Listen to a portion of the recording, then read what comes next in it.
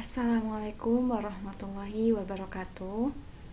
Perkenalkan, nama saya Dila Seliana dari kelas Manajemen 3 Program Studi Manajemen Fakultas Ekonomi dan Bisnis Universitas Kuningan.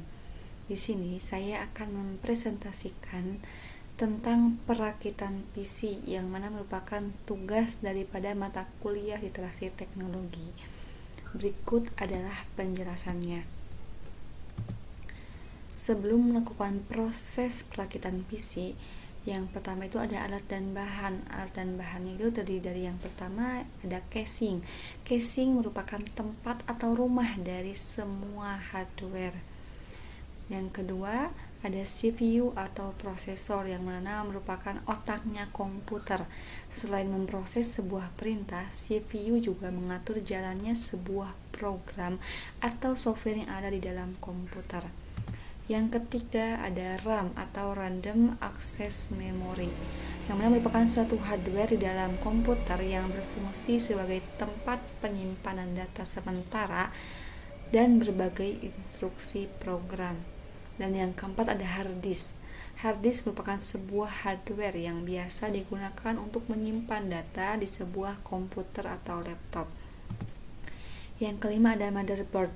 Motherboard adalah perangkat keras yang menjadi jantung dari sebuah komputer, menyatukan setiap keping komponen komputer agar menjadi mesin yang utuh dan dapat bekerja secara maksimal. Dan yang keenam ada baterai CMOS. Pada dasarnya, fungsi utama dari benda ini adalah untuk memberi pengaturan waktu, tanggal, dan lainnya sehingga bisa tetap tersimpan sekalipun komputer dimatikan. Selanjutnya itu ada heatsink atau kipas ya, merupakan sebuah komponen pada komputer atau laptop sebagai pengendali panas pasif yang terbuat dari aluminium ataupun tembaga. Dan yang selanjutnya itu ada monitor, merupakan perangkat keras komputer yang berfungsi untuk menampilkan hasil proses dari komputer dalam bentuk teks, gambar, ataupun video secara visual. Selanjutnya yaitu langkah-langkah persiapan dalam merakit PC. Yang pertama itu persiapkan alat atau tools yang dibutuhkan seperti obeng plus dan minus. Yang kedua, pastikan komputer dalam keadaan mati ya, berarti sudah di shutdown. Yang ketiga itu ada jauhkan segala magnet dari hard disk. Terus yang keempat, jauhkan air dan cairan dari komputer dan komponennya. Berikutnya yaitu proses merakit PC. Dalam penjelasan proses merakit PC, saya akan memberikan sedikit video juga sebagai gambaran teman-teman dalam merakit PC. Berikut penjelasannya. Langkah pertama yaitu memasang prosesor ke dalam motherboard.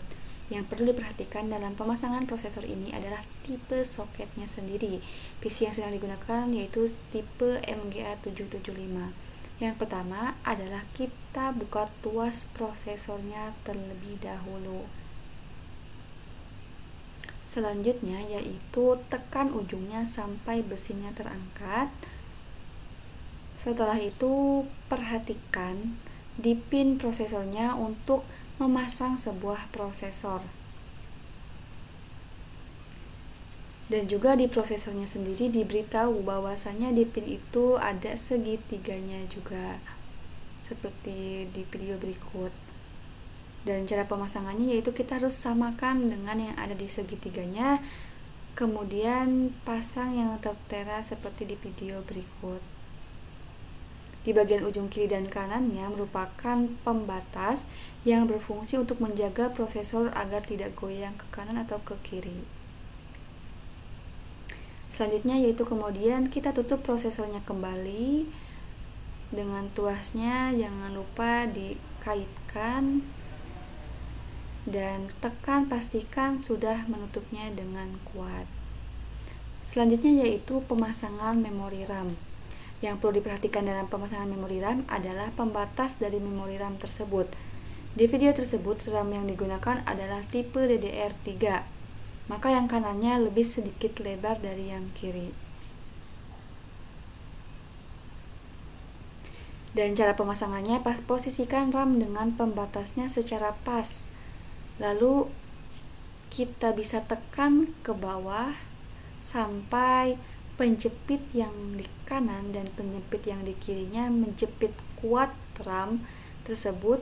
Jika sudah seperti itu, maka pemasangan RAM sudah selesai. Selanjutnya yaitu pemasangan baterai CMOS. Yang perlu diperhatikan dalam pemasangan baterai CMOS ini yaitu kutub positif harus berada di atas seperti berikut ini. Selanjutnya yaitu pemasangan heatsink. Sebelum melakukan pemasangan heatsink, kita tarik dulu pengaitnya ke atas agar bisa masuk ke dalam motherboard. Sebelum memasukkan ke dalam motherboard, kita berikan dulu pasta sedikit saja, jangan terlalu banyak. Selanjutnya yaitu kita pasangkan atau simpan atau taruh heatsink tersebut ke dalam motherboard. Lalu kita tekan pengaitnya ke dalam motherboard dan putar-putar seperti itu, dan juga perlu kita gunakan obeng untuk mengunci setiap pengaitnya agar pengait tersebut kuat melekat ke dalam motherboard.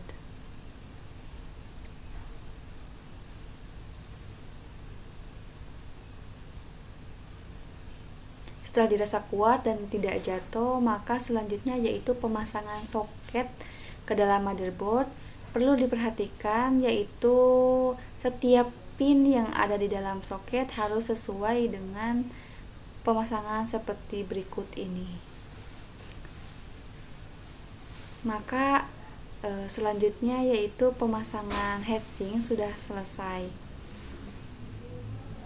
Selanjutnya yaitu kita pemasangan power supply. Pasanglah power supply ini ke tempat yang sudah disediakan di dalam casing.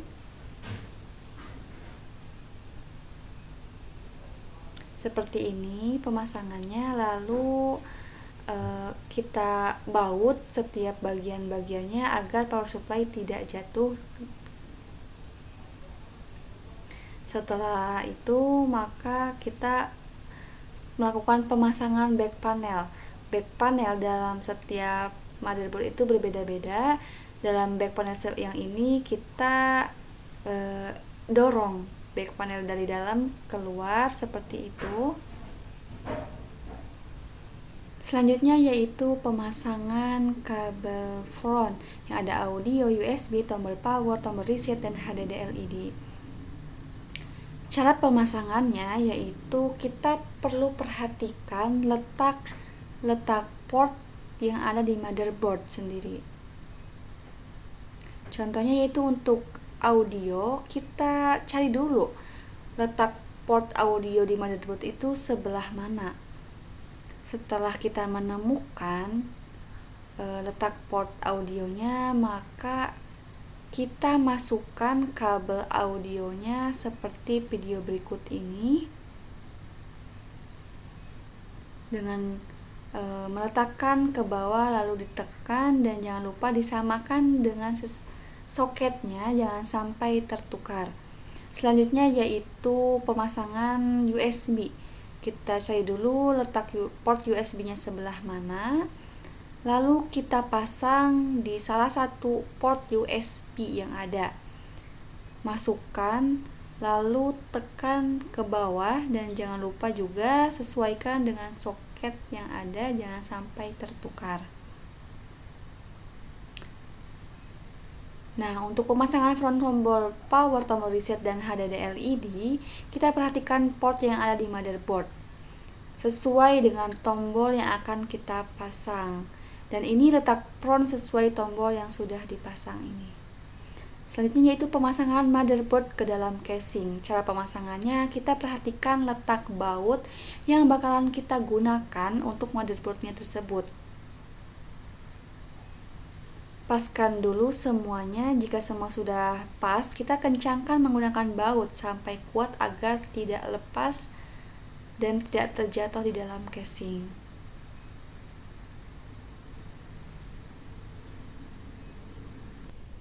Selanjutnya yaitu pemasangan kabel power supply dalam motherboard. Cara pemasangannya, kita perhatikan di sini ada pengait atau tanduk Dan juga di dalam motherboardnya sendiri juga sudah disediakan, lalu kita pasang dan tekan ke bawah seperti itu. Kemudian di sana ada kabel untuk ke motherboardnya dan ada pengaitnya juga di sana, lalu kita pasangkan sesuai dengan pengait yang ada di motherboardnya agar pemasangannya itu tidak terbalik. Selanjutnya yaitu melakukan pemasangan hard disk. Simpan hard disk di tempat yang sudah disediakan oleh casing. Setelah itu kunci hard disk tersebut menggunakan baut agar tidak terlepas.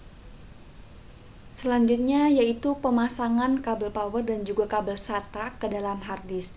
Seperti ini pemasangannya, jangan sampai terbalik. Bagian bawah itu merupakan kabel powernya dan di atasnya adalah kabel SATA.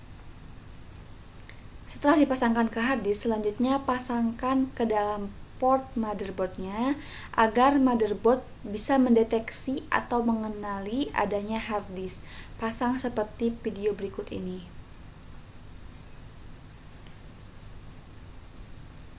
Selanjutnya yaitu merapikan kabel menggunakan kabel T agar kabel-kabel tersebut terlihat rapi, lalu kita potong menggunakan pisau cutter seperti ini. Selanjutnya yaitu pemasangan kipas casing.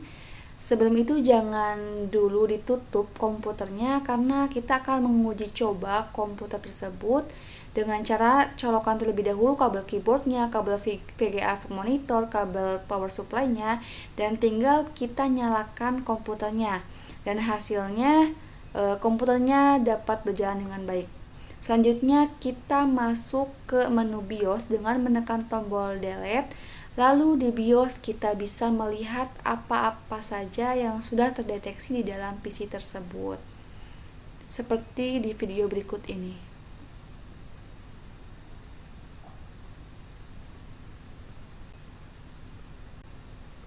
Dan tahap selanjutnya yaitu pemasangan penutup casing. Lalu baut dengan kuat setiap sudutnya agar penutup casing tidak terlepas.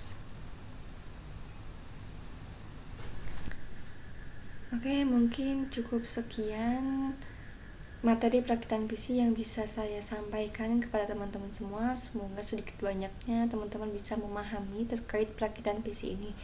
Terima kasih. Wassalamualaikum warahmatullahi wabarakatuh.